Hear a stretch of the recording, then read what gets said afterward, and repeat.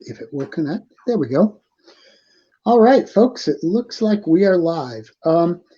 This is the 815 Author Group January author meeting and for 2021. And this one we're doing something a little different. The idea is my good friend and fellow author Heath Alberts. Hey, Heath. Hi. And I are going to sort of interview each other. And initially we thought it was just going to be sort of a straight interview. And we sent each other questions to look at. Now I just sort of glanced at mine, got a few visual aids for some of the questions. And other than that, I wanted to sort of wing it. But the more Heath and I were talking, I think what we're going to kind of do is instead of one of us interviewing the other, we're just going to kind of bounce some questions off each other and have a good conversation and just sort of have fun with it. So I think we're going to enjoy it. I hope you guys will too. And I guess we'll get with it. I think I'll ask the first question, Heath. Why don't you give us an idea of some of the books that you've written? And maybe if there's some that stand out or what brought you to writing them, those kinds of things. Yeah, I never really intended to be a writer. I enjoyed writing from an early age, but the first book I wrote was because I had this weird dream. So when I dream in like full-on Hollywood Technicolor song and dance music, just everything. It's just bananas.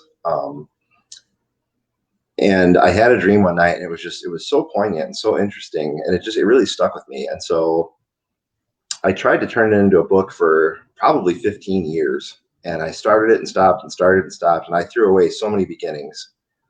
And at one point, one of the beginnings just sort of stuck. And I finished the book and I worked on it a little more. And I had some people read it and I changed some things. But I really liked it. I really enjoyed it. And I thought, well, hey, this is something I haven't done. Let's publish a novel. So I did. And I kind of thought that would be the end of it. And then suddenly it wasn't. And so I thought, well, I don't want to be stuck as a genre writer. As I read a lot of books where the authors kind of pigeonhole themselves as a genre writer and everybody wants to read just that. And they're hypercritical of the things that aren't just that. And I was writing for me because I knew I was never going to get rich at it. So my second book was completely different than my first. My first was more of a philosophical sort of, I don't know, I call it a good old-fashioned apocalypse because really that's what it was. It was kind of tongue-in-cheek, but it was serious at the same time. My second book was really for me, and that was the one that I'm most proud of, and that was Last Rites, which is hyper-dystopian. At least it was when it was written in 2015. Now it seems very plausible. But it was the sort of book that I enjoyed reading, and it was the sort of book that I wish had been written. And so I wrote it, and it was enormous. It was a 2-year endeavor. It was almost 300,000 words. And then I thought that would be... When I was talking about visual aids, let's see, where is it? There it is. Oh. Big book. Yeah, it's a very big book. A very big book.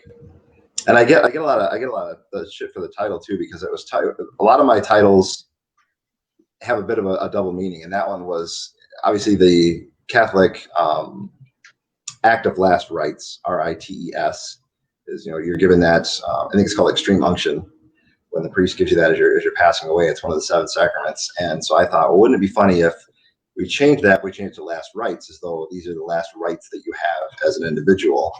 And so a lot of people give me crap. You spelled last rites wrong. It's like, oh, I really didn't want that to happen, but it did. And then the hooded figure on the cover. So I don't do graphic design at all. I found that graphic to be about as poignant as anything I could put on the cover. And everybody said, oh, you did that from The Handmaid's Tale. But the thing is, The Handmaid's Tale was originally printed in Canada. And I've got a first edition, and the cover has nothing to do with that. It's a very bizarre cover. It's almost like a Picasso painting. And so I've had to explain that away too. So I think if I do a second edition of it, that cover is going to have to change. So I figured that would be it. That's all I'm going to write, right? And then I come up with this weird idea for a mystery. So like, well, okay, I'll write a mystery. And then I think that's going to be it. I think I haven't tried fantasy yet. So my fourth novel was a fantasy novel. And then I had a whole bunch of short stories and poems and other things just floating around. And so I stuck all those out into the world. And in between all that, I would find stories that I really, really liked and I really would dive right into. They weren't really big enough to be a novel. They weren't meant to be a novel. And one of the things that stuck with me as a young reader was in the works of Nancy Kress, who's a very famous science fiction writer, very talented. She often said that she was pushed to do novels, and I'm paraphrasing here, and that she found it to be sort of unfortunate because her real strength was in short stories. And while I don't agree with that on every level, because some of her novels are amazing, I can see where some of her stories get stretched a little too thin, and she is extremely good at short stories. So I didn't feel so bad about doing novellas, even though people say, well, that's not real writing. Well, it's a different kind of story. And I've got 2 novels I've been working on for 3 or 4 years now. One is all but done. The other one's better than halfway done. And I'll get around to finishing them one day. The one is a follow-up to Not on the List, which is my fourth novel and was a fantasy. And the other one is just another sort of playful murder mystery that I wrote, again, just for me. I'll get back around to it eventually. But yeah, so and then I've contributed to some anthologies. I've developed some anthologies for the Rockford area to promote local authors. I've contributed to some of your anthologies: Interstellar Journeys, Temporal Journeys, Lifeblood, Dark Dreams, and Weird Worlds. I think that's all. And I'm in one of yours. Yes. Are you in Forest City Stories or Rockford Rights? Forest City Stories. Okay. So yeah, that was really fun. The way I met you was I read something in some kind of publication about Rockford Rights and contacted you on Facebook, wondering if you were going to do a second one, and that was how we got to be friends. Yeah, I do remember that. And then we learned that we knew each other a long time ago, but we didn't really know each other. Right. Because I remembered the name. Yeah. So yeah, and then that's really kind of funny because my first question for you, I know you didn't really read my questions. My question read, what have you written, and of that body of work, of which are you most proud? And you have just a plethora of things. Yeah, and actually I did read all your questions. Okay. I read them all, and I which is why I say I had some visual aids for a couple of your questions. I gave a little bit of thought to all of them, but I didn't want to overthink them because I wanted to be more spontaneous than that.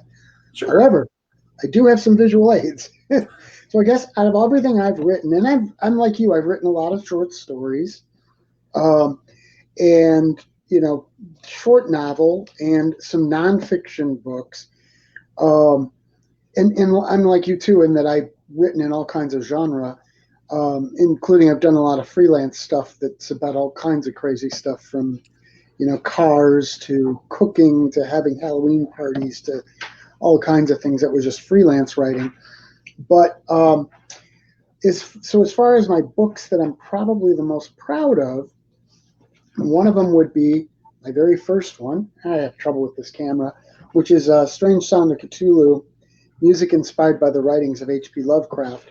And I mean, number one, it's my first book. And the whole idea behind it was I'd been doing Music Street Journal for years, and I got the idea, you know what, it's time I do a book. And but what do I know a lot about? Well, I'm a big H.P. Lovecraft fan, and I know a lot about music. And so I ultimately decided that since there was a lot of music out there inspired by Lovecraft, and there wasn't a book about it, I would just go ahead and do it. And it took several years of research or lining up people for interviews and things, but I eventually got it done and got it out there. And the funny thing about why I self-published, I sent it to several music publishers of music books, and all of them said it was too literary. I sent it to several publishers of literary books, and they didn't like the music aspect of it. It didn't fit with what they were publishing. So ultimately, I just decided I had done all this work. All these people had been interviewed and were excited about it. I would just go ahead and publish it myself. And it actually worked out really well, and it's sold better than any of the other books I've done. And I'm working on for the 20th anniversary. It came out in 2006. So in 2026, I'm going to do an expanded and revised edition of it. Nice. And what was cool about it too, I found all these Lovecraft fans I got to know, and I found that it was almost like a tribe or a family, and everybody was very helpful and very enthusiastic. Um, Lovecraft scholar S.T. Joshi wrote the foreword to the book for me. And actually, I found out later, and I asked from a friend, and I asked permission to quote him, and he said, sure. At one point, he told one of my friends that it was one of the most interesting books he'd ever read, which, that was kind of like, okay, you can't get much better than that. That's pretty high praise, yeah. So I'm really, really proud of that book. Another one that I'm really proud of. Can I stop? That book too has been translated into German, has it not? Yes, it has. There was a German edition, and that was kind of funny how that came about. A guy got in touch with me, and he had read it and loved it, and he was a German English translator, and he told me, he's like, well, if I translate this, would you do a German edition? I said, well, I don't have a publisher to do a German edition. He said, so what if I find one? I said, you go ahead and do that. You get the deal and get me part of the deal on it, and I'll sign off on it. And so he did that. He translated the book. He had to ask me a few questions here and there about what I meant here, what I meant there. And then ultimately he translated, he got a publisher for it and got it out there. I don't think it sold really well, though. And it is out of print now. The reason I don't think it sold that well personally is I think that the publisher wasn't the right publisher for it. That publisher writes a lot of or publishes a lot of books on like occult and magic and all that, and it didn't really fit into that category. Right. So I don't think it was really the right book for them to publish. But ultimately it was their decision, and I went with it. But I told somebody today. Somebody said one of their books is getting a German language edition, and I told him, I said, one thing I took away from it is one of my books, something I wrote, was translated into another language and published in another language, and that's kind of an honor that not a lot of authors have. And so that's why I brought it up, because that's amazing. Yeah, and I told him, you know what, be very proud of it. It's a big deal, no matter what happens, it's a big deal. So yeah, thanks for bringing that up. I was going to mention that and I completely forgot. Like I said, spontaneous, off the cuff stuff. The other one that I really, really like, and it hasn't sold as well as I thought it would, is again, still having trouble with the camera, but it's Poetry of the Air, which is a collection of love letters from musicians to music. And what's so important about that book to me, when I started doing Music Street Journal and I started interviewing people and started getting the idea of interviewing people, I thought it would be really cool to talk to musicians, not so much about their own music, but about the music that they liked and that inspired them to start getting into music, because I found, like anything, like with literature too, you start talking about the things you like and you're passionate about, and it makes for interesting conversations. So I had just sort of thought, well, maybe one day I'll do a book like that. And ultimately I got the idea to do it, and I got to interview a lot of cool people, a couple of the guys from the metal band Rage, 3 people who have been in Yes, John Anderson, Rick Wakeman, and Billy Sherwood, and Tommy James, the old rock and roll guy. I interviewed him. Old as in from a long time ago. I don't want to talk about his age. Really, really nice guy. Bunny Carlos from Cheap Trick was kind enough to do an interview. And it's just, the funny thing, I spent like a year trying to figure out how to weave it all into a narrative, because different people answered the questions in their own way. Some of them almost did their own little essay. And I didn't want to take away from that. So ultimately, I decided to just get out of the way of it, write an introduction, write a little biographies of each artist, and write a closing section, and just present the interviews as they were, because I thought those were really the magic of it. And I still think it's a very fun book, and it's if you like music, it's interesting to hear these different people's perspective on the music that really got them into music and how they enjoyed it before they ever really became a musician. I just think it's a fun book. I don't know. Like I said, it hadn't sold as well as I thought it would, but whatever, you publish for yourself. Like you said, you write for yourself, you publish for yourself. I publish things that I want to see on my bookshelf and that I want to be a book. And if they sell, that's great. If they don't, well, that's fine too. Um, Obviously, I'd rather they sell, but Oh, right. Right. yeah. And then You the talked about other one, writing for Music Street Journal. Just because I know what that is, but I don't know that everybody else knows what that is exactly. If you can just take a moment to touch on that. oh, Music Street Journal. Yeah. Yeah, Music Street Journal. I started in 1998. Well, I actually started writing for it in '97. The first issue was published February 1st, 1998, and it's music reviews and interviews and things. Now, the first one I didn't have any interviews. Um, but it was just a lot of music reviews. And the funny thing was, I originally started it as a Microsoft Word document, and I had a subscriber list of about 20 people that I got from some AOL boards. I posted some things about it, and they're like, "Yeah, I'd like to read it." And so I sent it out, and then sometime later in '98, it became a website. And then 2018 was when the project was finished, but I started probably 2016 or 2016, 2017. I started taking all the archives and releasing them as books. I thought, well, I publish books anyway. Might as well just get this stuff out there. That way, if at some point the website doesn't exist anymore, because I'm probably not going to do it forever, it's all out there in book form. And so since the February 2018 issue, every issue is published simultaneously in book format and online, although there are some print exclusive things in the book version that obviously don't get done online. But yeah, it's oh, an interesting story about how I got doing the interviews. I happened to know the email address of Tony Levin at the time, who's a bass player who's been on all like a million things. He was the bass player on Alice Cooper's Welcome to My Nightmare, probably best known for playing for King Crimson and Peter Gabriel. Great bass player, super nice guy.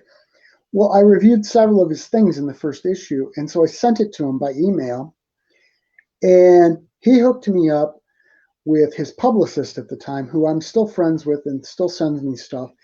And that guy started sending me CDs and hooking me up with interviews. And so it really took off because of him, and because of just happening to know Tony Levin's email address and Tony just being a great guy. That was how the whole thing wound up taking off from there. It wouldn't have probably been anything near what it was if that hadn't happened. So that's kind of cool. That is cool. Yeah. And then I guess that brings me to the other one that I'm really, really proud of, which you were kind of a beta reader on, Wizard Song, which is, I call it a novel. It's about the same. It's actually longer, I think, than the original War of the Worlds, which was called the novel at the time. But for now, it's really not so much considered novel length anymore. But I still think it's a novel. And that one has an interesting history because I originally wrote it when I was a kid. I used to write a lot of comic books and draw them. My art was never that great, but it was passable. And when I was 12, I wrote a comic book of Wizard Song. And the idea was it sort of meshed together progressive rock, which I had just discovered because I had just gotten into the band Yes. And I was amazed by all the worlds of progressive rock and Star Trek and comic book heroes because I loved all that stuff. And it was sort of designed to combine all those things together. And so I did a comic book of it. And that comic book sat around for years. Eventually, I wound up with only a page or two left of it, but the story was still up in my head. And sometime in the 90s, I got the idea to turn it into a novel. Sat down, wrote the whole thing out on a computer word processor, printed it out. And that version was clunky. It was there was a lot of scenes that were kind of almost more just repetitive. A lot of, well, they're going to go capture this city, they're going to go capture that city, and it was just very repetitive. And I had a rather clever part that I did, which was I thought, well, let's make it a different kind of timekeeping, and each chapter was divided up with timekeeping that was. I decided that the planet had like 3 suns, and so their time was based on how many suns were in the sky for how many days. And it was clever, and I worked out all the stuff. I went way more into depth than I should have. And especially to just use it as a timekeeping thing, instead of putting the date and time, I put that in there. But it was clunky and it didn't work well. So then I kept it in my head and it kept growing and getting rewritten a little as it went along. And so eventually I just decided it was time to put it out there, and I put it down into a book, and I'm really happy with the way it turned out. And now I'm working on the sequel. So those are the three I'm probably most proud of. Rightly so. I mean, Yeah. your body of work is far more expansive than mine for sure. So there's a lot to be proud of there. You've done, a lot of the things when we first got to know one another, you'd mentioned in passing, and I'm like, he's just talking about this like it's no big deal, and that's kind of a huge deal. So I always sort of admired that you had done all these amazing things that I mean, any one of those things I would have been happy to do, and you've done so many of them.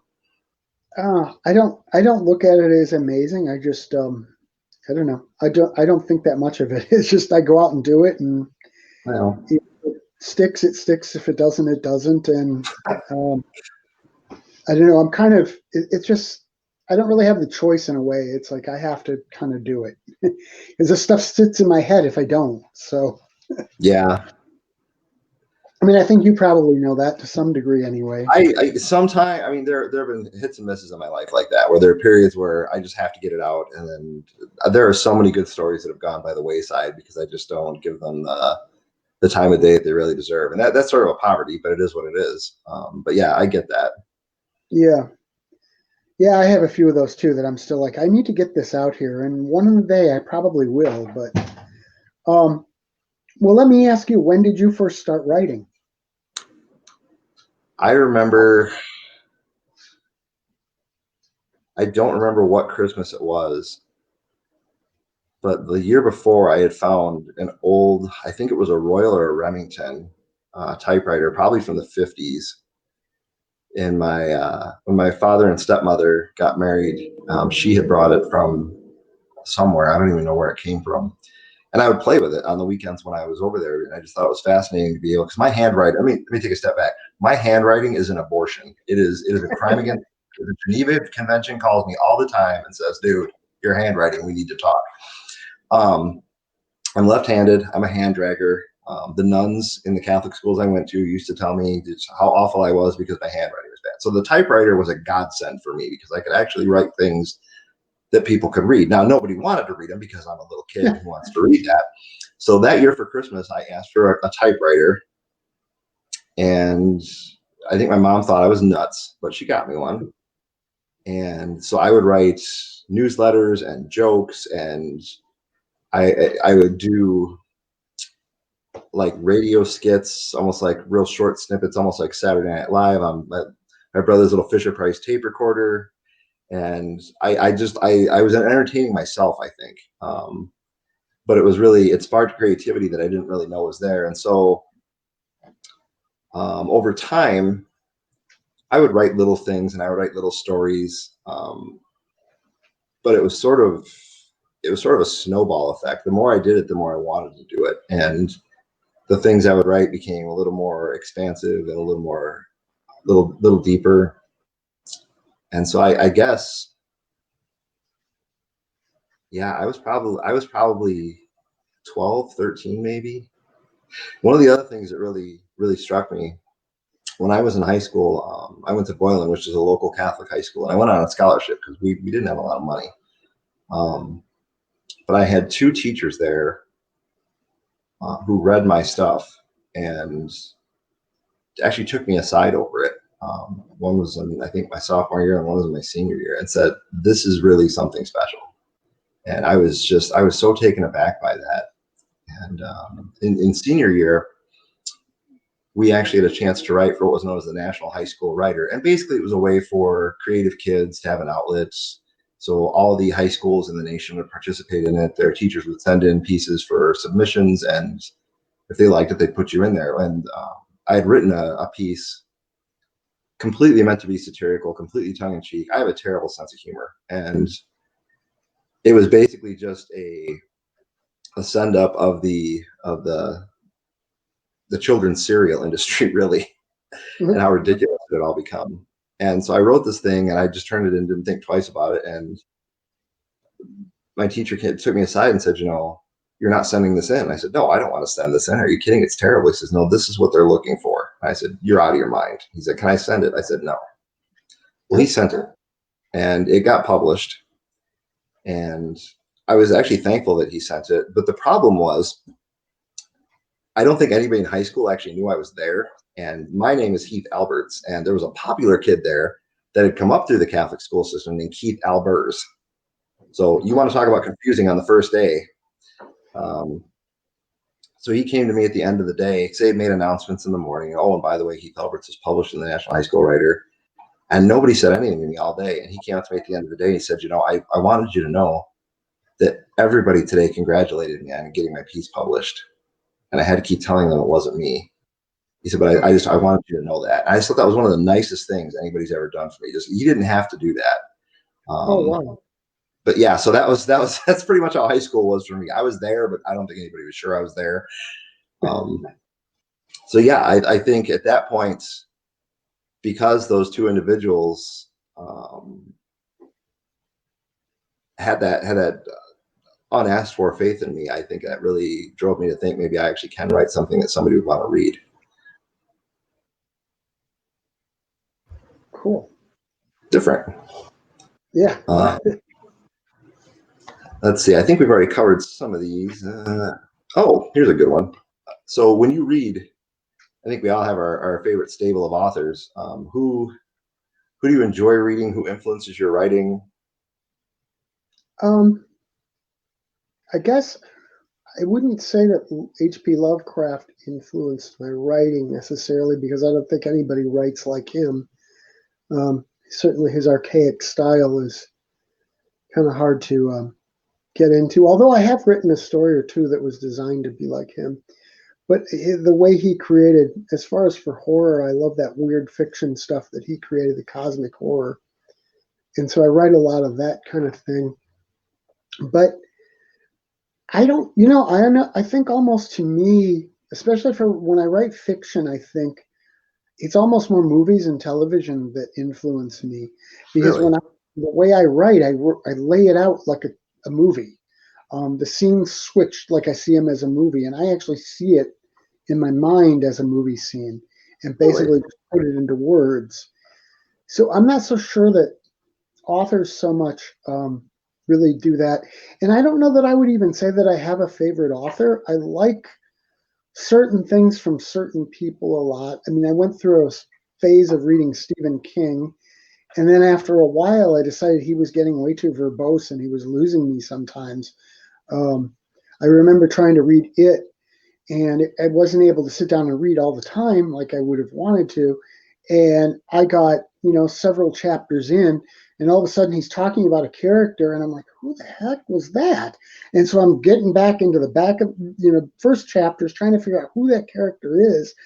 And I realized it was just too much work. It's like I didn't want to do homework to sit down and enjoy a book. So I have books I like by people, but I'm not sure I would really say that I have a favorite author at all. I was gonna say, and that's the problem, because I mean, I don't have a favorite author either. I have a cluster of them that I like, and I agree with you. There are some books that just really stand out in an author's repertoire, and the other ones just aren't of interest. But that one book is just a glorious piece of writing. So I get that. Now, interestingly enough, Stephen King, and this is a hugely unpopular opinion, I have probably read a half a dozen of his books more to try and understand what he was all about and why everybody loved him so much. And feel free to send me hate mail. I can't read his. I just can't do it. It's not engaging to me at all. And I know I'm in a minority there, but I kind of feel that way about some of his books. For me, Salem's Lot and The Shining are both brilliant books, and I really enjoy those. But some of his other books, yeah, I agree with you completely. I think I read. So when I was a kid, I read everything we had in the house, which wasn't a lot, and we had a book club edition of of Carrie, and what's the one where the guy can tell the future when he shakes the hands? Dead Zone? The Dead Zone. Yeah, I remember reading Yeah, those, and I actually thought Firestarter was pretty good. That one I didn't mind, but I think his earlier stuff was stronger. yeah, I I agree with that. tried the Dragon. I tried the Tommy Knockers. I couldn't get into any of that stuff. But again, Yeah. unpopular opinion. And it's not that I'm crapping on his work. It's just I'm just not interested in it. And you know what? I think for me, I'm kind of like, it's kind of like I am with Lovecraft. I think that sometimes people adapting King's work have made it more palatable than actually reading the book. Same thing with Lovecraft. I mean, Lovecraft was his writing styles just really, really hard to get into. I mean, he was writing, very archaic ways, and he also had a real penchant for his xenophobia, which is, I wouldn't have liked the guy. It was downright, Yeah, offensive that's unfortunate. times. And so when people adapt it into movies or things, it tends to work better that way because the actual concept of the story is probably better than the execution. And I think to some cases that's probably the case with Stephen King as well. That's a really good way to summarize it, actually. Now, how do you feel? That brings up a good question. Actually, I wasn't planning to ask, but so I don't know if you followed the whole J.K. Rowling thing, where she has used her platform to kind of overtly, I almost say, abuse the LGBTQ community, and a lot of people now are saying, well, if you read her books, that makes you culpable, and I Yeah, might seem like a villain for saying that. I don't necessarily agree with that. I can enjoy a story and not like the author, but I don't think that doesn't. I don't think that negativity should require you to just simply ignore their work if it's something completely detached from what their life is. Does that make sense? I yeah. mean, how do you feel about that? Here's sort of I've been taking that stance too with some musicians lately because it's like some musician stances I just literally cannot get behind, but I like their music. And the same thing with J.K. Rowling. I loved the Harry Potter books I and the did movie. too. I actually think she's one who I have actually, when I read the book, sometimes the way she used words, really, I found very masterful. And, I think she was very good sometimes. Um, so I think she has a lot of talent, but her stance is reprehensible. But the thing I've come up with for musicians that I feel that way about too is I can still enjoy their work, but I won't give them any of my money. So Right. if I buy a CD from a band that is like that, I won't buy it new. I'll buy it used because somebody already gave them the money. They're not getting any more money from me, but Right. yet I'm not deprived of their art. And I Right. think that's sort of the same thing with Rowling. It's like if I wanted to read something of hers, I'd buy a used copy. I wouldn't buy a new copy. I don't want to give her the money. But, and the sad thing with her, she did so much great stuff charity wise and things. Yeah. She had some really admirable things, and it's a shame that and you know what? Ultimately, when she first started the whole thing, she said one thing. She was called out on it, and rather than saying, "You know what? I hadn't thought about that. You're right. I'm sorry," she doubled down, and I mean, she doubled down hard. Yeah. She made it a hill to die on at this point. Yes, yeah, and I think that was her mistake. If she had just made the one comment and addressed it and said, I really wasn't thinking. I need to rethink things a little. I would have respected that. But instead, she chose to just say nope. And apparently, one of her new books is actually very much based on that, too. But I just read something about it. I don't know what the book is or anything. Yeah. Oh, But, I like you. I used to order all of her books new, and I don't anymore. I just kind of shut her down as an author at this point. Both her and yeah, Robert Galbraith in print. yeah. She writes. I don't know if you know that she Beautiful. writes as Robert Galbraith. She writes as a male mystery writer. Oh, that's right. I forgot about that. She did it so that she could find out if it sold without it being Yeah. her doing. And I then think it I think didn't book three sell was where it until finally got out. somebody revealed that it was her, and all of a sudden it sold like crazy. Yeah. But yeah, Yeah, so I think that's sort of the thing there. It's a case of, I think, don't, in my opinion, you don't want, when you shop places, when you when you do business with a company or a person, you have to be cognizant of where the money you're giving them ultimately goes. If it somebody I read somebody recently said something like, when you shop with a company, think of the world they're trying to build and decide if that's the world you want to try to build. Oh, I like And if that. it's not, you want to put your money elsewhere. So I think, you can still enjoy the art and just not give them your money in doing it. I agree, actually. Sort Interesting. of how I see it going, but it's a weird world we live in with all that. I don't think that was so much a thing, although there were blacklists and things like that way back when some authors got blacklisted. And if you go back to what the late '60s, early '70s, there was the whole Jane Fonda thing. Um, so I guess there's always been some of that, but I think it's more so now, probably because people are out there talking on social media and they're not careful what they say sometimes, I think.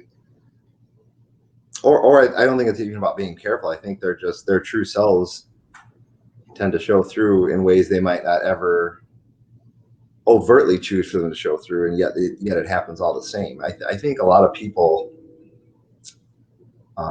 So actually, it's a complete tangent here. There's a book called Stamped.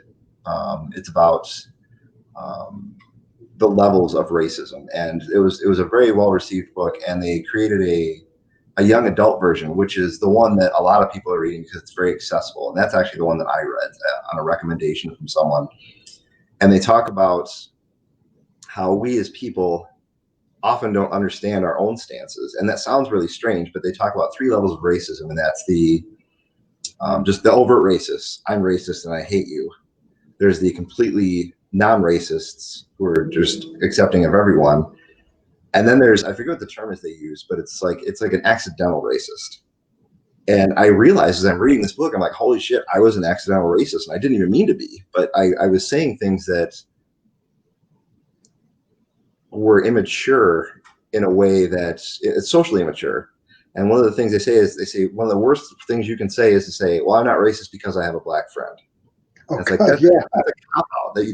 You can have a black friend and still be racist. You can have a black friend and still do racist things. And I really encourage, especially white middle-aged guys like me, I really encourage you to read that book because it gives you a way better perspective on what those people are fighting through and for. Because as a middle-aged white guy, I've got it easy. I mean, really, Oh yeah. if you're going to be something, be a middle-aged white guy because there's all kinds of doors open to you. But you start to realize that just because the world is the way you perceive it doesn't mean that's the way the world actually is. And so, yeah, not complete tangent, but yeah, since we're talking about LGBTQ rights and stuff, read that book. I really Ooh, encourage everybody to read that book.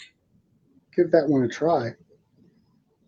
I don't know whose questions we're on now, but I think let it me was you.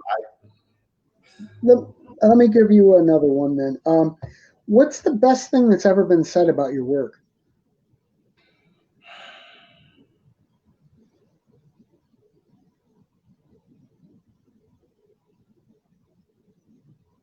I don't know that much good's really ever been said about my work. Well, I know you had some reviews out there, some of which weren't so great, but some were great, right? Yeah, I don't know. I don't know that anything really, that nothing sticks out of my head, which seems kind of sad now that you ask it. But yeah, I don't know that anything's ever really been said that is. I never had that. Gosh, that makes it all worthwhile sort of moment, you know. Okay, I'll give you one right now. The, what's the story about the cat? Uh, Oh, a cat's life. Yes, a cat's yes, life.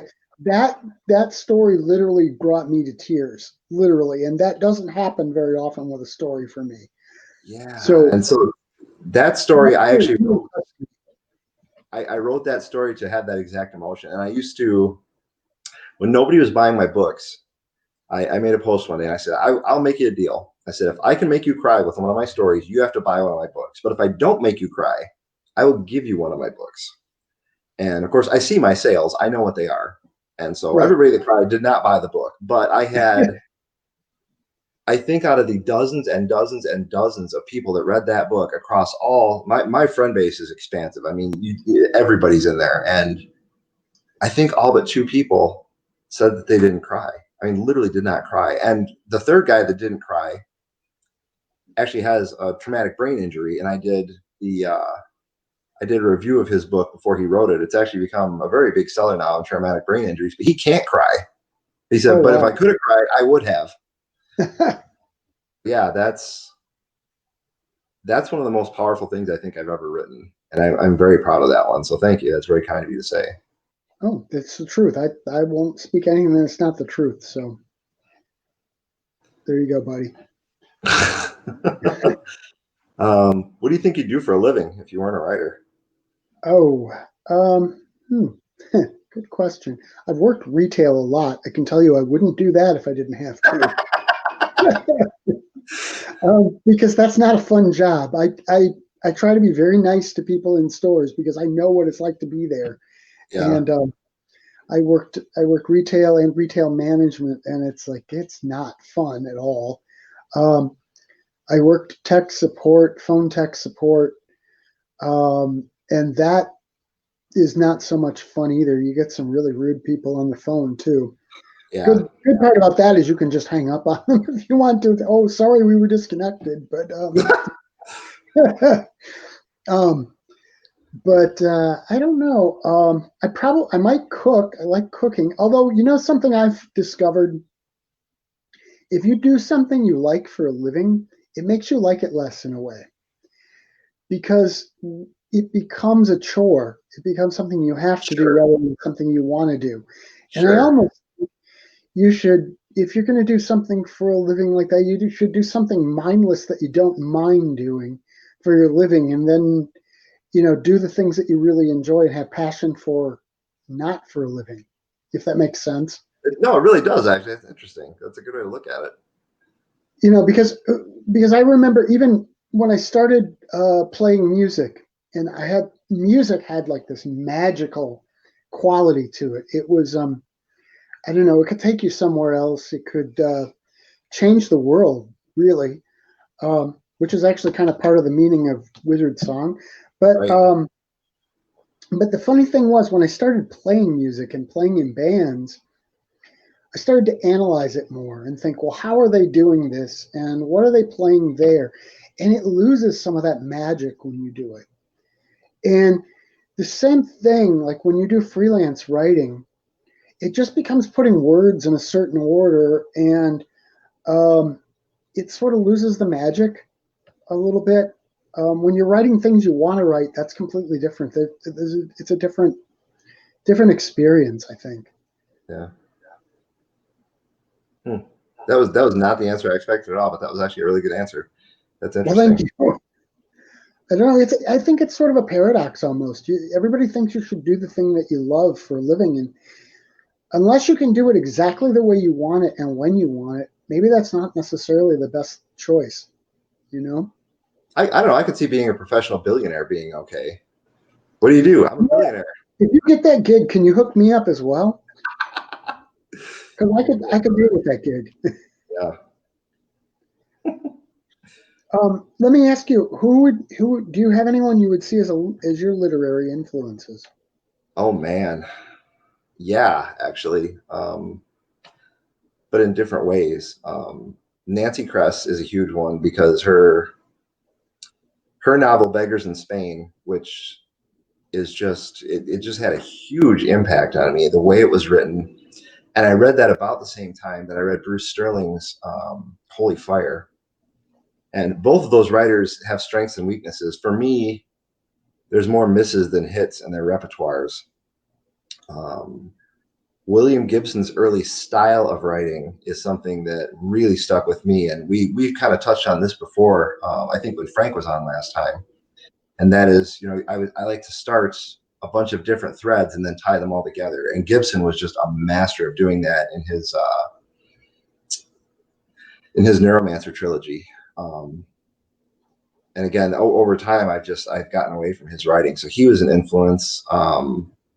Sterling, Kress, um, probably Tim Dorsey and Carl Hayesen taught me that you can tell a sad and mysterious story and still be hilarious about it. They're both from Florida. Hayesen used to write for the Miami Herald Tribune. I think Dorsey did as well, actually. So Dorsey's whole line of books, and unfortunately, again, he's been pigeonholed now because he's so good at that style of storytelling, it's an anti-hero series about a maniacal, drug-addled, mass-murdering psychopath, but he only murders for good. And the way he murders is always increasingly more creative. And you should hate the guy, but you just love him. You want to see what he's going to do next. And Hazen kind of writes the same way. He's got a character, Clinton Tyree, whose nickname is Skink, and he was the governor of Florida in the books, and he just walked away from it all to go live in the woods. And he does the same thing. He's an altruistic murderer, and their works are in similar veins, but they're so very different and comedic and just well and tightly written that influences the type of humor that I inject into my books, because I want there to be moments of funny. I don't want everything to just be somber and serious. And I struggle with books that are written from just that one singular frame of emotion, if that makes sense. Mm-hmm. I like to have those highs and lows. I think it keeps you engaged. That's just my opinion. Well, and you've got to have that, because you've got to have the light stuff to counterbalance the heavier stuff, because if you don't, the heavy ceases to be as heavy. I remember, it's like I remember Alice Cooper talking once about how you put a really, really mellow ballad before a hard rocking song, because then it makes that hard rocking song seem all the harder. And so you need that humor and that lightness to kind of darken up the other stuff. I never thought about it like that, but yeah. Huh. I mean, I've listened to albums where it's like you've got all these real hard rockers, one right after another, and after a while it all starts to sound the same. It's like you need something to counterbalance it, and a book can be the same way. Yeah, no, that's actually that's a very astute observation. I never thought about it like that. So yeah, apparently it's important, or at least I think it is. Yeah, I think you're right. Let's see. What makes you laugh? What do you find funny? A lot of the stuff you post. For one thing, your Heath originals and your Weird Uncle Pete, which we'll get to in a minute. It's really funny. They make me laugh. My wife is incredibly funny, and she makes me laugh. I don't know. She complains that I don't laugh as much at stuff that she does. So maybe I'm a little bit of a hard sell sometimes for laughter. But yeah, I used to love The Big Bang Theory. That could get a real good laugh out of me. And so can Young Sheldon lately, although it didn't really hit me at the beginning. But and then sort of, if it's well done, I like things that break the fourth wall in a funny way. Like I can remember an episode of Fresh Prince way back when he talks about some guy and they're like, "Who's that?" He's like, the guy who spins me around at the beginning. And I thought that was just hilarious. So things that sort of come out of nowhere sometimes are the funniest, I think. Yeah, I think breaking the fourth wall is magical sometimes, and I think more people need to do it. But yeah, it's icy. It's thin ice for sure. But yeah, when it's done right, it's amazing.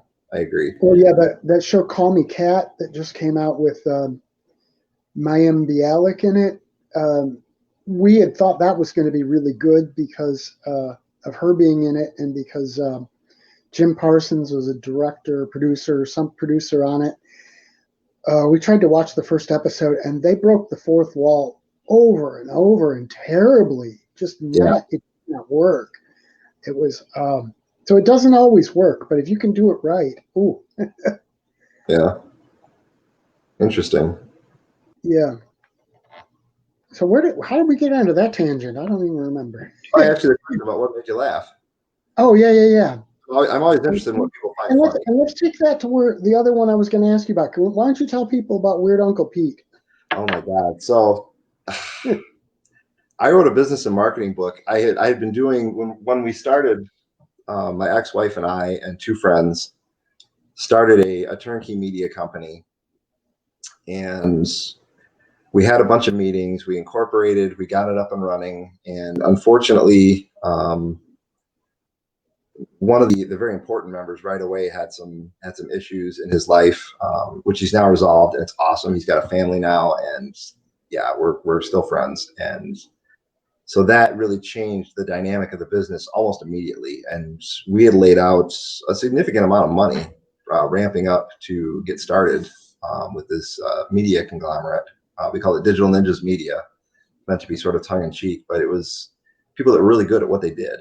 And so in order to create content, because I was behind trying to draw people into the business, so I was doing content creation on different levels. And one of the things I did was I really enjoy what are known as guerrilla business tactics, things that don't cost any money but have a lot of pop. And I was studying a lot of that before the business started, and I was writing a guerrilla business page. And I would post to it every day, every other day. And the posts, there was a lot of good stuff in there. I was gleaning things from different places on the internet and books I'd read and people I knew in business. And a gentleman one day popped up and said, when are you going to turn this into a book?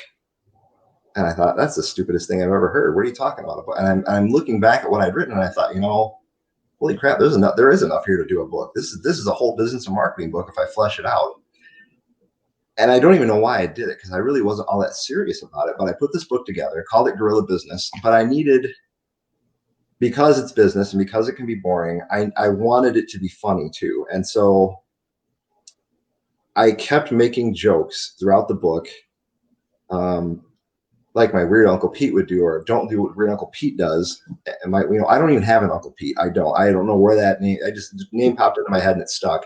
So I'm making jokes throughout the book about Uncle Pete, and I thought, wouldn't it be funny if we created this artificial person who had this warped sense of humor and gets away with stuff that I couldn't get away with on my timeline? That I wouldn't post to my timeline, but it's so over the top. So I created this fictional character almost as a joke, thinking it would never catch on. And it's got almost 2,000 followers now, I think, which is just bonkers. But basically it's a bunch of meme gleaners from all different walks of life. There's 6 of us now, I think. There's Pete, Dan, me. There's a guy named Pete now who is a weird Uncle Pete. He's a new one. Carla, Alyssa, and Chris. So I guess there's 6 now. And basically it's just a meme recycler. It's just a way for us to get stuff out of our systems that we can't stick anywhere else, if that makes any sense. So yeah, that's how Weird Uncle Pete came about. It's got a logo now. Dan Sauberlich made a logo. Maybe we're going to do t-shirts. I don't know, but we're hoping that it does catch on. And what we found is we actually use it. One of the other, Chris is C.S. DeWilt. He's an author of sort of like hard-boiled modern fiction. And so we once or twice a year, we use it as a platform to say, hey, this is us. And oh, by the way, check out what we're doing. Dan has a page for his Aussie Shepherd, Crush the Wonder Dog, who's just the cutest dog ever. And that's done really well. And so we allow that platform to do some advertising for us once in a while too, but mostly it's just an outlet for us. So yeah, that's how Weird Uncle Pete came to be, and now it's a thing. Well, I'm going to ask you another one too, just because you mentioned the weird book you put together as far as the guerrilla marketing book, and how that came about. Let's talk about your bacon book. Tell us about that. I think that's the most amazing idea I've heard, because it's so silly, but yet it's just stupid. I had this idea years ago. People just seeing around in my circles are obsessed with bacon. Bacon, coffee, chocolate, and sex. I mean, those 4 things are things that everybody just talks about. And about 5 years ago, I thought, wouldn't it be great if somebody just did a book with just the word bacon and like a squillion different fonts? And it's something I meant to do. The problem is, in order to get the squillion different fonts, you have to keep changing fonts. And let me tell you, 3,800 fonts later, it was not a good time. But I did a book. It's all the word bacon in 14-point fonts, 3,800 and some change. And it literally just says bacon through the whole entire book. That is it. It is just the word bacon. And it already started selling immediately, which I shouldn't surprise me. But it's basically meant for, it's an inexpensive way to give a gag gift that gets everybody a laugh. And then it just kind of sits on the shelf until you pull it out and show it to somebody new. Other than that, it really doesn't have a purpose. But I mean, at $5, mean, you can't get a greeting card for $5 anymore. You know, you go to Walmart and you get the $7 or $8 ones. Right. And so yeah, I've done that. I did coffee a couple of weeks ago, and the other ones I'll probably get done, but it's mind numbing, just mind numbing. And the upside though is now that the bacon one was done, I had to save each page, because when you get into that many fonts, I've got a gaming laptop and it really struggled after about 5 pages of fonts. It couldn't handle much more. So I was taking each page and saving them to individual files. And then what I would do is I would take and create a PDF of the page and then drop it in on the page rather than having all the fonts there. And the upside of that is I was able to reload each page and then just do a find or replace on the word bacon with coffee. The Right. downside is some of the font packs don't accept all the letters, or they're a little bit different. So I spent 3 or 4 hours going through and fixing things. But yeah, so that's what that was all about. And I think it's going to do really well for all the wrong reasons, but I don't care. When people enjoy it, it's fine. So yeah, that's how that all came about. That's funny. That's just a funny idea. I love it. Yeah, I don't know. Whatever sells. So my Digital Minutes Media, I ended up buying out all the partners, but I kept it as a corporation, and I turned it into a boutique publishing platform. I publish a little over 80 titles now. I don't know what the number is, but I do a lot of public domain stuff and just other weird stuff. And I find that my best sellers are just the strange ones, just the strangest books. Well, and that was a question I wanted to ask you about too. Was the public domain stuff? How do you decide what you're going to publish of the public domain stuff? And when you do collections, how do you decide where does the idea come from for what kind of a collection you're going to do? You mean my book collection? Yeah, the collections like I guess the Rockford Writes and the City Stories. I guess they were just all basically by Rockford area writers. Right. I wanted to give Rockford another creative outlet and give a voice to people that might not otherwise get one. But the public domain stuff, I started. There was a book. It was a series of children's books called The Sock Stories. And I'd never heard of this thing. And I found a place where a lot of these things have been scanned and uploaded. And I wondered if anybody had turned it into a business model. And I looked on Amazon, and there's about 3 companies doing it. But what they do, they take the scans, they throw them up and go, here you go, here's a book, you get what you get. And they're a hot mess. They're horrible, and they're ridiculously expensive. And I thought, wouldn't it be cool if somebody took these and completely relayed them, completely re-edited them to modern standards, change the font size so it's readable, put them in a nice book format with white paper. And I decided, well, if I'm going to do it, I want to do things that are interesting to me. And so I poke around and I look at things that are interesting to me. I find out if there's a copy available that I can work with. And that's predominantly what I publish. I did a lot of Civil War stuff at the beginning just because that's a really popular thing. But I decided from the outset I was only going to do stuff from the North. And that was a cognizant decision I made. And it's really funny because I have a friend she's an African-American. She's a professional hockey referee. And she's a very interesting woman. And we were talking about that one night. She said, you can, oh my gosh, are you serious? I'm so sorry.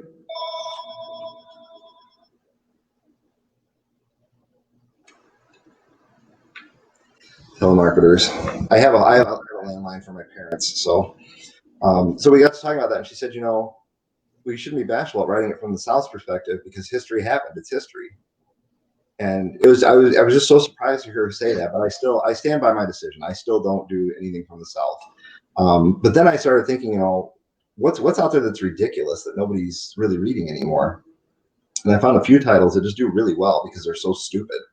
And in fact, I got mail from Amazon.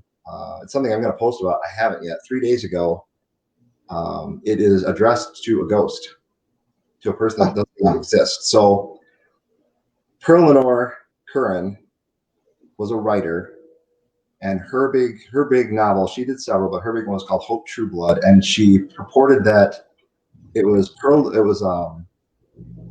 Patience Worth, a woman from the 1600s, speaking through her and writing a novel. She was supposed to be clairvoyant, and so that's how she wrote her novels.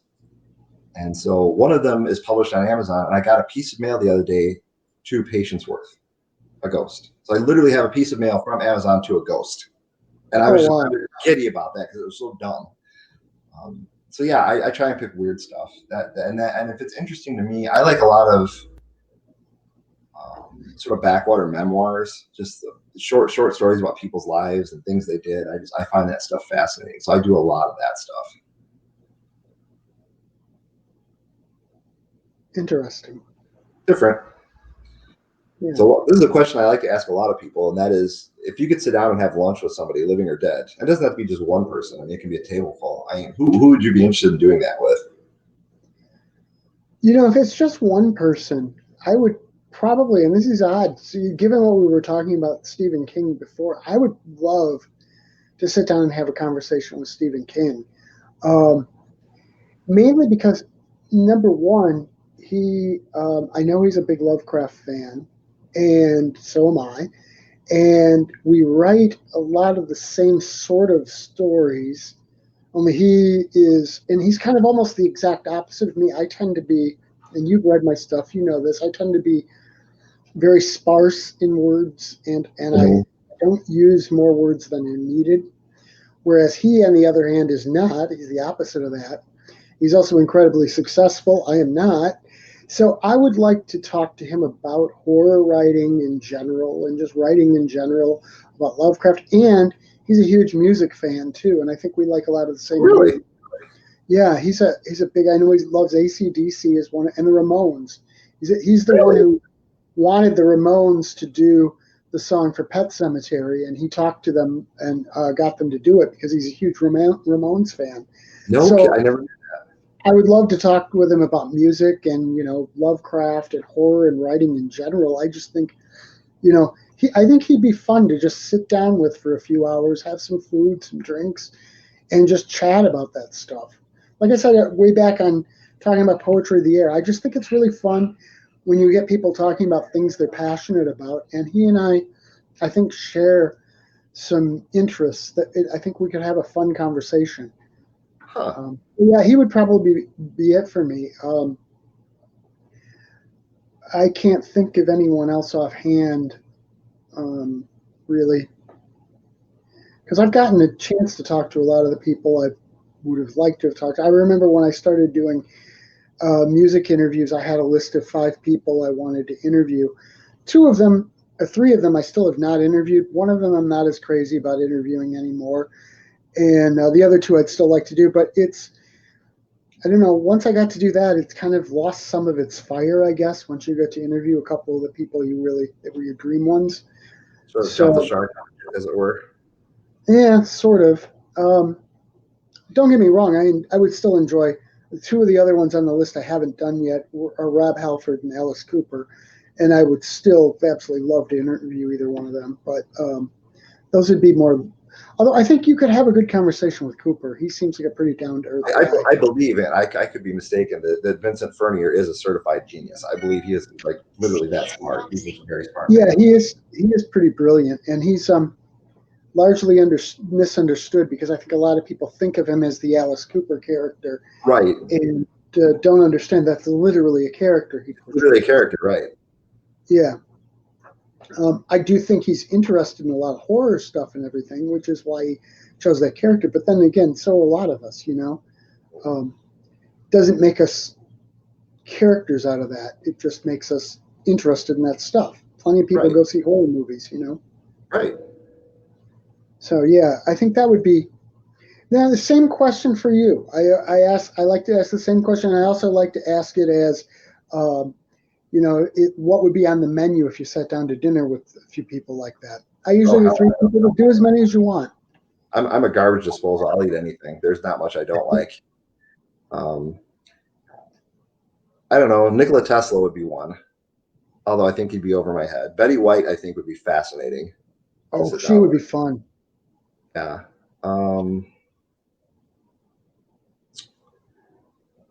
I feel like I know there's more. I just can't think of them. Tatiana Maslany would probably be the one actor I'd really like to meet, just because she is. I don't know if you've watched the Orphan Black series. No, I know. I've seen clips from it though. Is it the She main actress who plays does all those roles? she plays like 13 different characters, and Wow. she does them all seamlessly. It is mind blowing how talented she is, and I don't know how. I can't imagine what that must do to your brain because every character is so different, and yet she pulls them off just like they're all different people. It's profound. So yeah, you would really enjoy that series. You really would. I really encourage you to watch that one. I've watched it twice, and I don't watch anything twice. It was that good. So yeah, but yeah, Betty White I think would just be a stitch because she's just got so many. It seems like she has so many good stories at her age. And she's so funny. She's just she doesn't pull any punches. You wouldn't No, expect no, somebody her age amazing. to tell the kind of stories she does, and that's what makes it even more funny, I think. Yeah, and I think Alan Moore might be on that list too. I'd really he's a weird dude. I would love to pick his brain. Yeah, he's interesting. So yeah, probably those guys. And as to what's on the menu, I don't care. I'll eat anything. We can eat, sprouts and goat cheese or whatever they're into. As long as they're there, it's more about the company, really. Cool. Mm, Um, let's see. You want to go, or you want me to do another one? taking a look here. Oh, here's a good one. Honestly, one thing we've never really talked about is travel. I don't know how much you've ever traveled. Is there some place you'd like to go that you've never been, and that if you had one place you could go? Um, I don't know that I have a burning desire to go any place. My favorite place in the world that I have been is Toronto, Canada. But I've heard that in the last couple decades, it's changed a lot. It's gotten a lot more corporate and isn't nearly as cool as it used to be then. I've heard that from some people who live there. But I'm still a big fan. I'd probably be interested in going to London just because so much of the music I like started there, and it would be interesting. Ireland would be cool because I know that my grandfather came over from Ireland, and so it's sort of the home country, and I've heard it's really beautiful. I wouldn't mind seeing that. And I've always thought it'd be interesting to walk around like ancient Rome, just because so many famous people have walked through there, and to walk the same place, go into the Colosseum and know that Julius Caesar had been there Yeah, would be crazy. Just that sense of history um, would be something. So I don't know, but I don't really have a burning desire to go to anywhere. Australia would be cool too, though. Um, Although I'm not sure I'd like a lot of the wildlife. uh, but yeah, so I don't know. Those would be some places. What about you? I've been to London, and it was way more than I expected. It was absolutely incredible. Um, I'd really like to go to Japan. I've kind of been a huge Japanophile for a long time. I have a cousin that lives in Osaka, so I really need to get over there. It's a very expensive trip, and it's one of those things where you really don't want to just go for a week because you're probably not going to get back there anytime soon. So that's a big one for me. Yeah, I mean, there's a lot of other places I would like to go. Iceland is among them. I've heard it's just sort of a unique experience all around. Ireland as well, because you said I'm from the Webster and Donegan clans, so yeah, I have a lot of my history in Ireland. And yeah, Italy and Rome, that's another big one, just because I can't.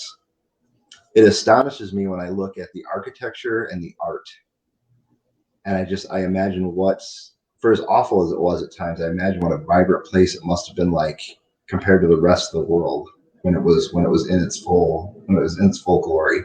It just must have been just like a foreign planet, really. Right. That would be really and like as you say, to walk in those places where all these famous poets and villains and people had been, and you're standing literally where they had stood. It's a weird feeling, and we don't get so much of that here in America because we're such a young country. I mean, Right. I've been to Wilmington, and I've seen that I've stood by the bed that Lincoln died on and things like that, and that's all interesting. But the history isn't nearly as deep as it is in the rest of the world. Right. Um, something that just brought up. Oh, I was getting that's another thing. You mentioned art. You like to collect some art too. What kind of things do you look for in art? What do you like in art? So I've always enjoyed architectural drawings and things. And my ex-wife sort of had some limiting ideas of how much art is too much art. And so um, since her departure a few years ago, I've begun appreciating art more. And I look for things. I've seen a lot of very good art and a lot of very interesting art, but there are pieces that absolutely just punch me in the face. And when I see a piece like that, when I have to just stop and reset my mind and stare at a thing, that's the kind of art that I really enjoy. And it runs the gamut. It's been different things that I've found, and I try to support local artists too, especially when their pieces are very, very good. And I have a lot of local artists hanging in my home. Um, but I remember being in an art museum in London, and I'd been to the big art museum in New York, and I can't remember what the name of the museum is because I suck. But the big art museum in London, London Museum of Art, I don't know whatever it's called. I just remember standing in front of a Renoir. I'm like, I am standing 2 feet in front of this beautiful thing that this person made. This is like the thing. And I had tears in my eyes. It was just so odd. I didn't expect that kind of emotion to come from standing in front of a painting, but it happened. And I look at art, and so much of it is just, a lot of it doesn't speak to me, Mondrian and things like that. Picasso just don't speak to me, but so much of it is just, you can see almost the soul of the person that made it. And it's very moving at times. So that's really what I look for. I look for something that just stops me in my tracks. And if it does that, then I'm interested. That makes sense. Yeah. Well, and as long as we're talking about things you collect, what about your book collection? Why don't you rave about that for a little bit? Because your book collection, I am so impressed with that. I I originally collected books because I loved to be surrounded by books, but they weren't particularly valuable books. And as I grew older, I would pick up books that were more interesting or more valuable. And yeah, the collection now is, I'm fairly selective about what I add to it because I'm running out of space. Um, it's worth more than my house, which is, I don't know, it's kind of a scary thing. I can't get it insured. I've tried. I need to find somebody that can appraise it properly. But I really enjoy having signed first editions are nice, but I like what are called association copies when I can get my hands on those. And those are things that, you talk about horror. I've actually got 2 books that I think I showed them to you actually out of the collection of Stanley Waiter, who's a very famous horror movie maker. They've got his book plate in the front, but they're Robert Bloch books. And Robert Bloch is famously known for having written Psycho. And they were books that Robert Bloch signed and inscribed to Stanley Waiter for his own personal collection. And I have those books now. And that sort of connection and a history really interests me when it comes to books. And you talk about King, one of my favorite stories to tell. I think I've told this story before. There's an author named Poppy Z. Bright, um, who's now known as Billy Martin, lives in New Orleans, and he kind of fell on hard times. And he mentioned that he was putting his presentation copies up for auction. And a presentation copy is when you write a book with a publisher. In this case, it was Delacorte. They will bind one copy in leather and give that to you as a, hey, thanks for being in our author stable. Here's a one-of-a-kind thing for you. And I ended up buying both copies of his first 2 books. Those were the only presentation copies he ever had. His things thereafter did not merit them, unfortunately. And he sent me a very nice note. Glad to know they went to a good home. Glad to know that you got the set. So I got the note to go with it. Well, then he put his manuscript up for the first book for sale. And I wasn't really interested in it, but I was watching it just to see what it did. I'm not really a manuscript guy. And all of a sudden, the sale shut down. I thought, what the heck just happened? That's weird. And I didn't think too much of it. And the next day, he actually sent me a message. He said, I don't know if you're planning on bidding on it, but I just wanted you to know I closed the auction early because Stephen King bid $1,500 on it. And I wanted him to have it. And I was like, that's an amazing story. So yeah, so I have the presentation copies and Stephen King has the manuscript. So it's stuff like that That's that I really awesome. enjoy. I've got a book that Helen Keller gave to her minister for Christmas one year, and it's fully inscribed. I've got a copy of Hosey's Alphabet, which is a very famous children's book signed by the author, his wife, and his two children when they were like 5 and 7. It's the only copy like that I've ever found. It's odd things like that that intrigue me. Yeah, you definitely have an impressive collection, my friend. It's taken a long time to build, and I thank you for that. It's very kind of you to say, but it's my guilty pleasure and my sickness, I guess.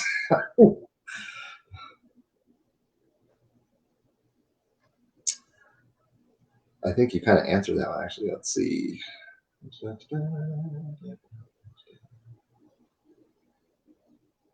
Oh, what do you do when you get writer's block? How do you handle writer's block? Because that's a big one for a lot. Yeah, you and I talked about this a little bit before we came live on here. One of the things I think is the best way to get through it is, I think one of the best things for a writer to do is just to write, and it literally doesn't matter what you write. Now, does that mean I don't get writer's block? No. Sometimes I force myself to write things, and it's not even the thing I want to write. But if you get in the habit of writing every day, I think it almost becomes easier to write in a way. And I think that, it does, you probably get through the writer's block more quickly. And to me, I don't know, sometimes it's more that you lose interest on something for a little while. And if you walk away from it for a little while, maybe a week or two, you can kind of get back into it easier, I think. But I don't think I allow myself to have writer's block as in not writing, because I force myself to write pretty much every day something. Doing Music Street Journal kind of helps with that, because you have to put out an issue every 2 months, and that means writing a bunch of music reviews. And since I've been doing them as books, now I don't do every single article in those. Usually they're, 3 or 4 of the reviews might be from other people, but I write all the rest of them. And I think we come out with, they run anywhere from 200 to maybe 300 pages every 2 months. And so if you're writing that much, it has to get done. So you just get down and do it. And so I don't know, like there are times like Poetry of the Air, like I said, with Poetry of the Air, I don't know if it was so much writer's block as it was a question of, I don't know how this is going to go together. I don't have an answer for how it goes together. And when I try to work on it, I would get very, very frustrated, because it was like, no, this isn't working. What do I do? And so I just had to put it away for a while and walk away from it, work on other stuff, make sure you keep writing and work on other things. And when you come back to it, you might come back to it with a fresh idea or a fresh perspective anyway. I don't know if that's helpful, but that's sort of how I would handle it. What about you? No, I think that's good advice. My problem is so I'm a pantser.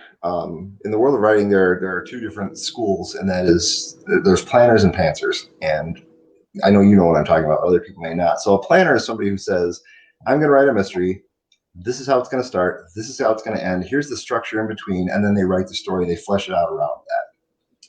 I can't do that. This is why I don't write nonfiction, because I can't research. I can't do that. I just need to let my mind wander. Every one of my books has not ended up anywhere near where I thought it was going to end, and I think they're better for that. So a pantser just says, I'm going to write and see where the book takes me.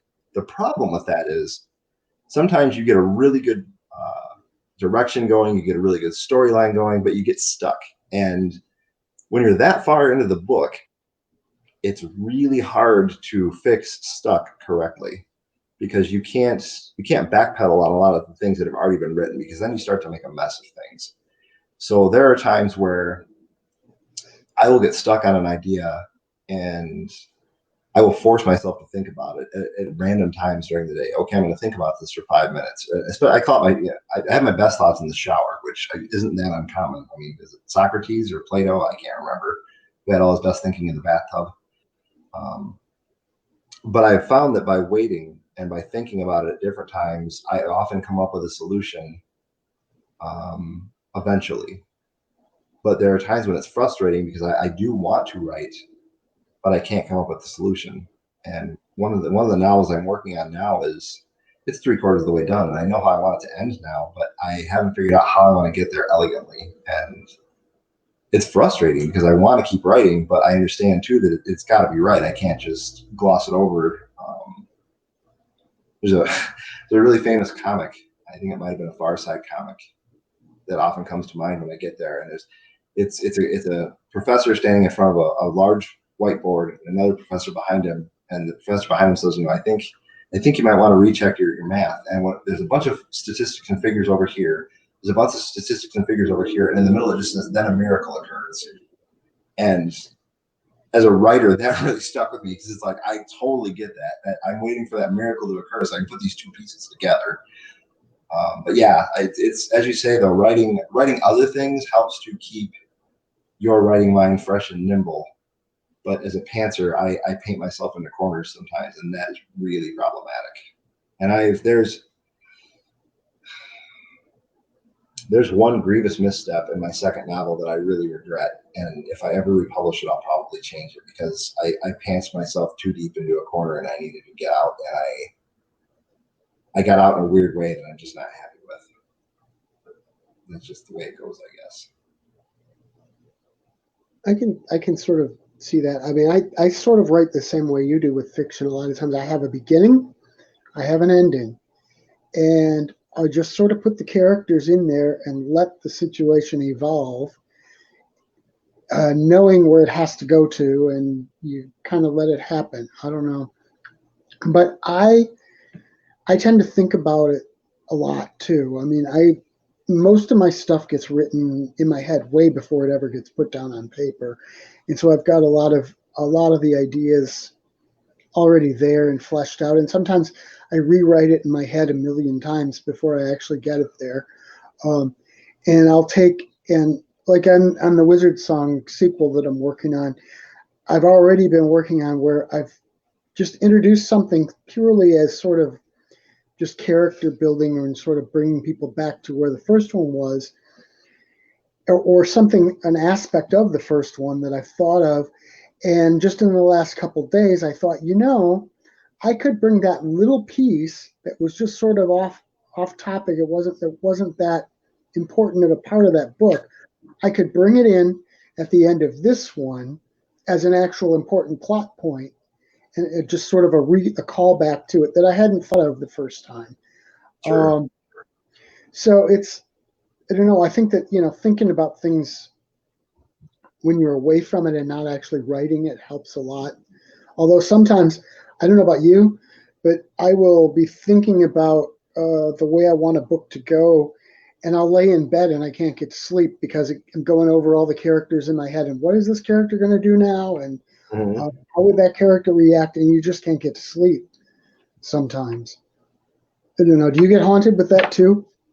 I haven't again because I haven't written so much in so long. But yeah, there were times where I would lay in bed and I'd think about it. And ironically, because I dream so vividly, there are times where dreams have kind of saved my ass, believe it or not. I'll wake up and I'll go, oh, thanks, sleeping brain. That's what I needed. And you just recognize that that's the direction you need to go in. That has happened more times than I would care to admit. But yeah, I do. If I'm really, really entrenched in a book, I want to keep that thought process going because I want to make sure the story goes in the best direction that it can. So yeah, I have had that happen, but not too often. Okay, let's talk about. I know I don't think I asked this originally when I sent you the questions. You asked me, but I'm going to ask you.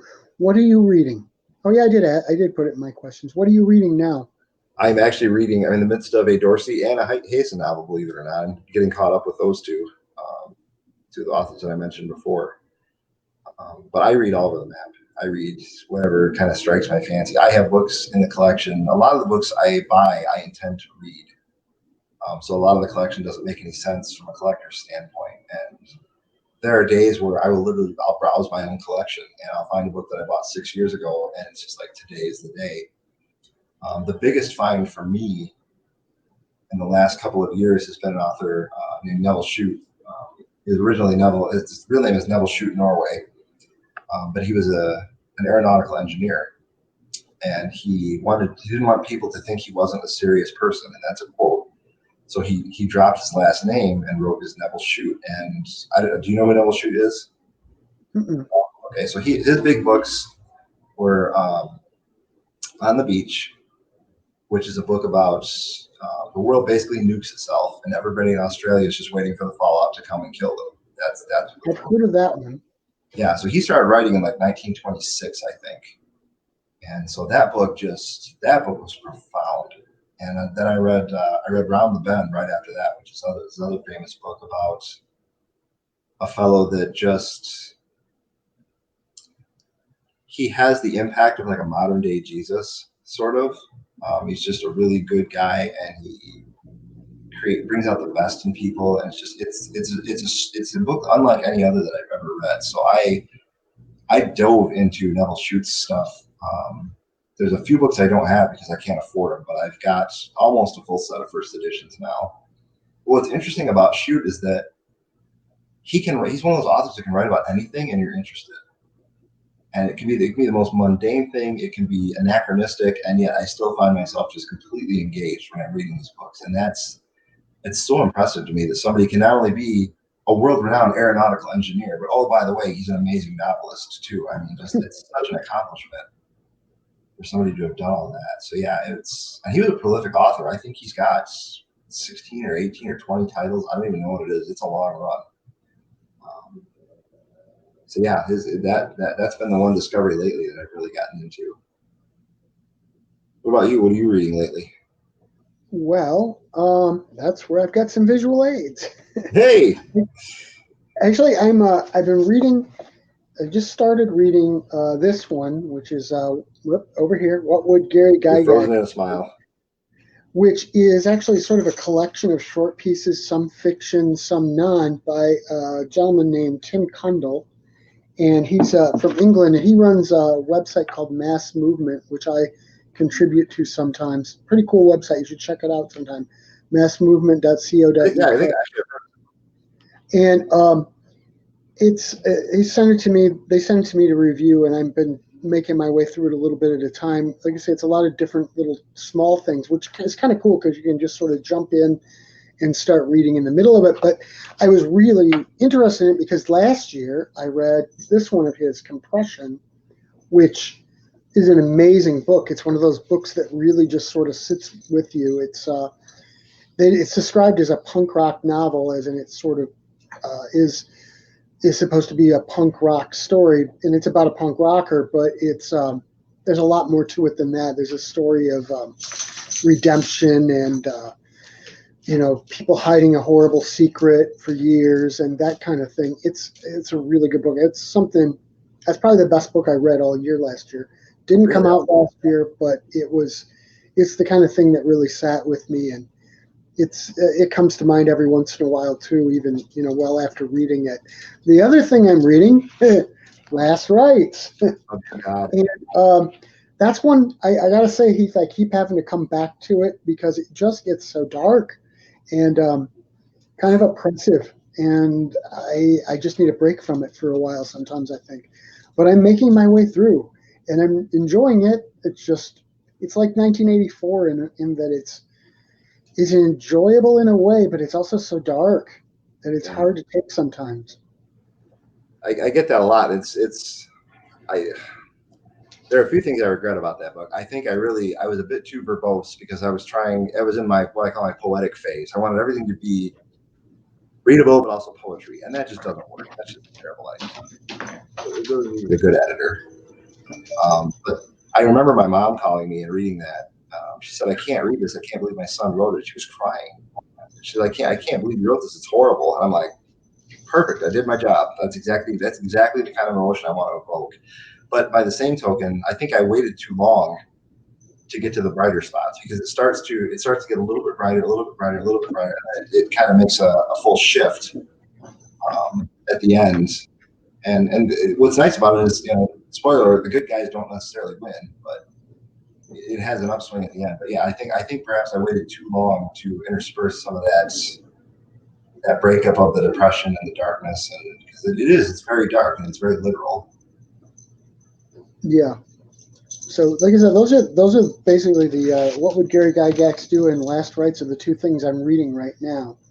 So, um, let's see what else we got here. Um, is there anything that you would like to answer that I haven't asked you? Oh hell, I don't know. We could probably go on for hours here. Yeah, I know, and we got to kind of watch the time. Not so much because of the StreamYard, but just because of the battery on this tablet, it looks like it's starting to get low, and when it goes, we lose this thing. So we should probably think about wrapping it up. But We can if call it a you wrap. uh, want to talk about it we haven't gotten to, let me know.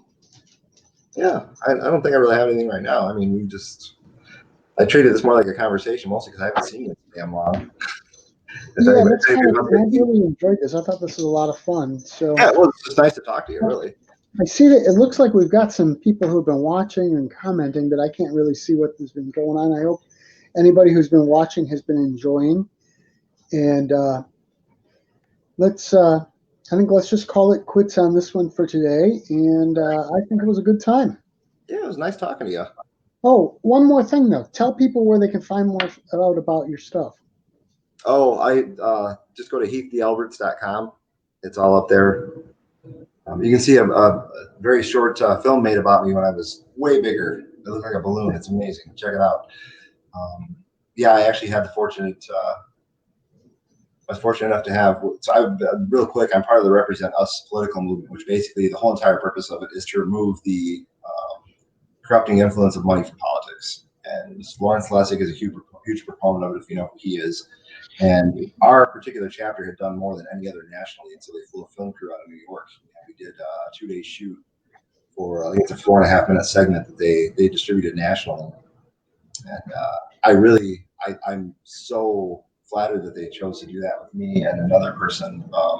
By the same token, every time I see it, I'm reminded of how big I used to be and how glad I am I'm not that person anymore. So, yeah, check it out, heathdalberts.com, and your talesofwonderandread.com. You have your own imprint as well. No, actually, probably the best place is GaryHillAuthor.com and then MusicStreetJournal.com. And we didn't talk about it, but I run SpookyVentures.com and particularly the Spooky Ventures YouTube channel would cover do a lot of spooky news and spooky interviews. Well, I did mention, I think I mentioned, I don't know, maybe I didn't mention that before, but No.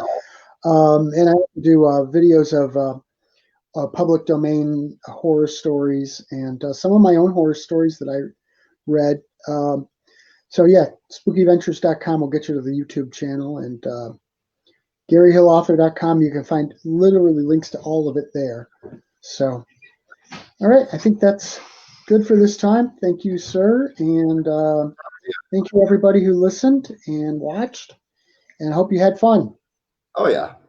Bye. Take it easy. Bye.